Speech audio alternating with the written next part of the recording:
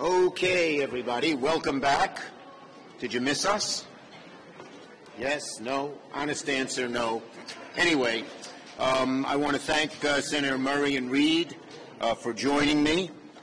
Look, I want to start by congratulating Senator Thune on being chosen by his colleagues as the next Republican leader. I look forward to working with him. Now, Senator Thune and I have done lots of things together in a bipartisan way here in the Senate.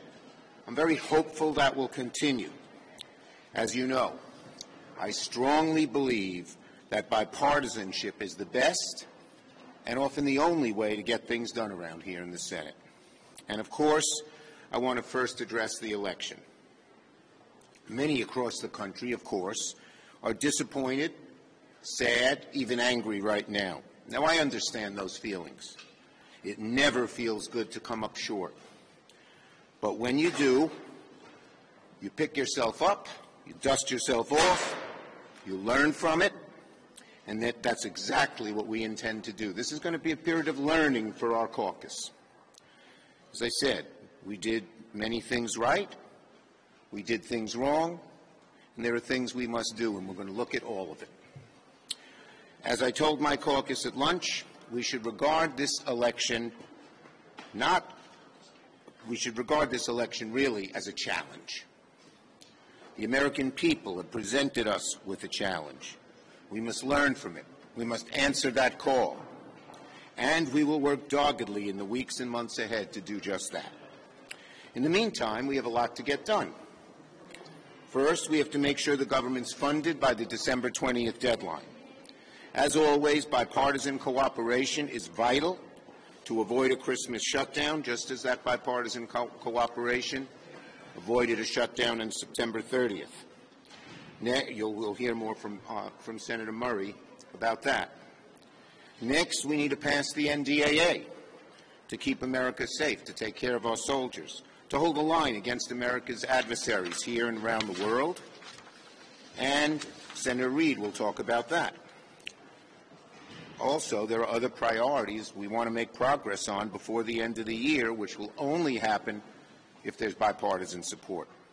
At the top of the list is disaster aid funding, to replenish funding vital to the programs that support communities in times of disaster.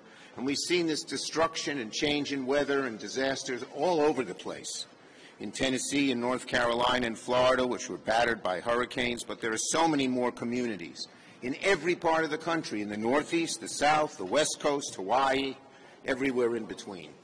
So I really hope we can get together as two parties and make sure the communities aren't left behind. We also need to make progress on the Farm Bill, because if we don't, we go over the dairy cliff, and really so many dairy farmers and all their suppliers and workers would be badly hurt. And that, again, is up to our Republican colleagues to decide if they want to work with us to get it done. We're ready to get to work. And finally, a big priority for me has been, still is, and will be judges. The Senate will continue fulfilling our constitutional obligation to consider and confirm highly qualified judicial nominees and nominees to other agencies as well. Today, the Senate will vote on the nomination of a U.S. District Court judge for Illinois. I filed cloture on 2 more District Court judges that we'll vote on in the coming days, and we're going to work hard to get as many confirmed as possible. Bottom line, we've got a lot of work ahead of us, and as a Senate, as a party, Democrats are ready to get to work right away. Senator Murray. Thank you, Mr. Leader. And so I will just cut right to the chase. Majorities are going to change hands, but one thing that remains the same here in the Senate and is the appropriations process will be bipartisan. Here in this chamber, we have passed our bills out of committee with overwhelming bipartisan support. These are bills that are ready to be signed into law, and they could go to the President's desk today if they had to. Now, I want to make it clear, it doesn't matter who the President is. My position has not changed. As I have said many times over, there is no reason for further delay or to impair government agencies by forcing them to operate on autopilot for months to come.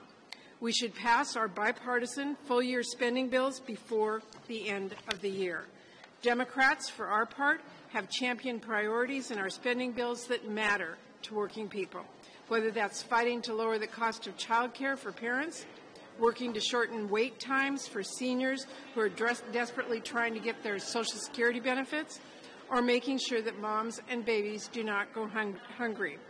Neither chamber will have an overwhelming majority, and these spending bills will be a bipartisan product, just as they always are. Rest assured, I will be fighting to make certain our democratic values, the values of working families in this country, are reflected in the final bills that go to the President's desk.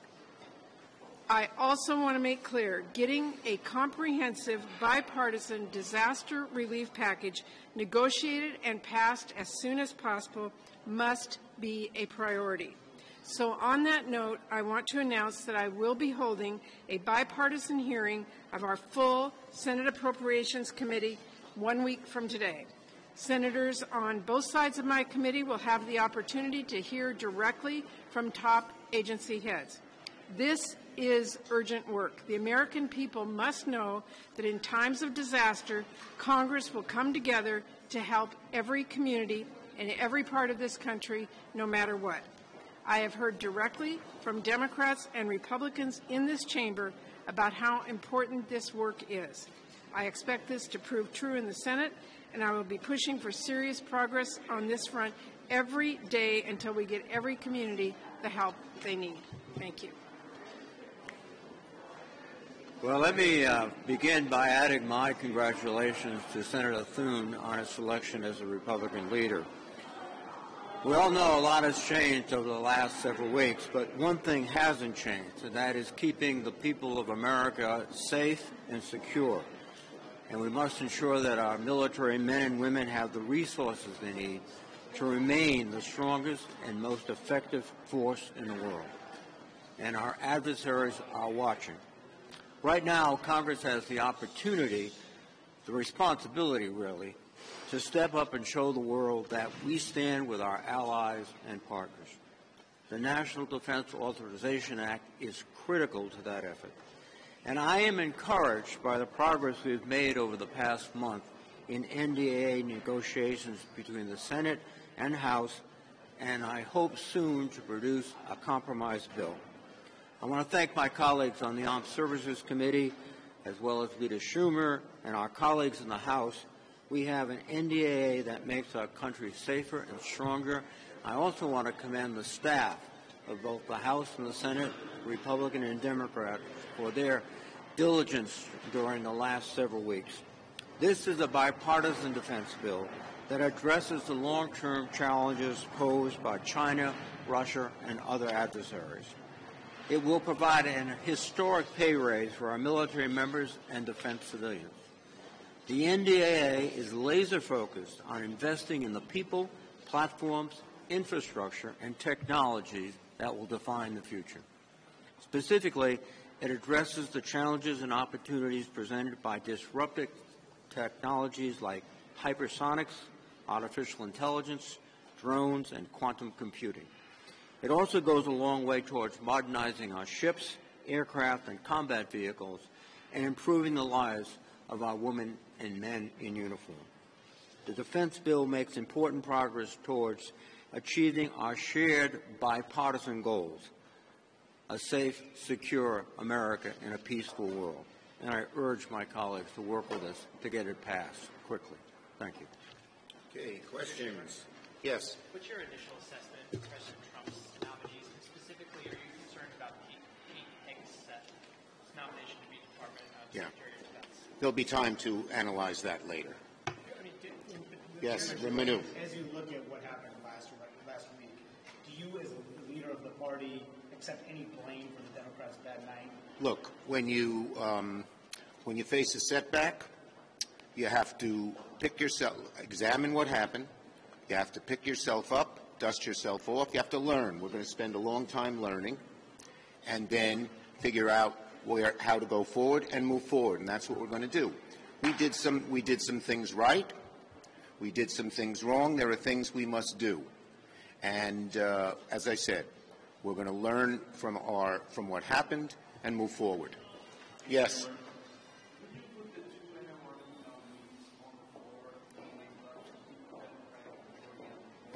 Look, we're going to try to do as much as we can when it comes to judges and nominees, particularly those nominees where the balance within the agency is affected. Yes. For the last 4 years, you've expressed support for changing the legislative filibuster. How can you try to get rid of it? Would you support or oppose those efforts?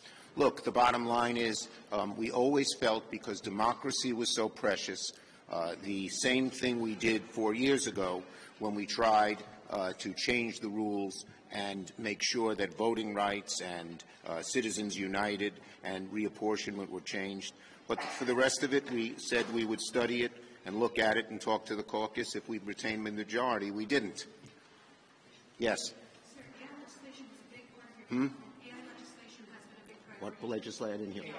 AI, sorry. Is the only AI legislation now going to be part of the NDAA? Are you considering any standalone? Look, we're talking to Speaker Johnson. We're talking to we had bipartisan support for lots of pieces of legislation. The Commerce Committee did a good job, and a number of the other committees did a good job.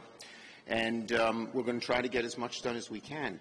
It would be a very good thing to do that, and we have a lot of support out there in the communities to do it. Thank you, everybody. Thank you. Chairman Reid.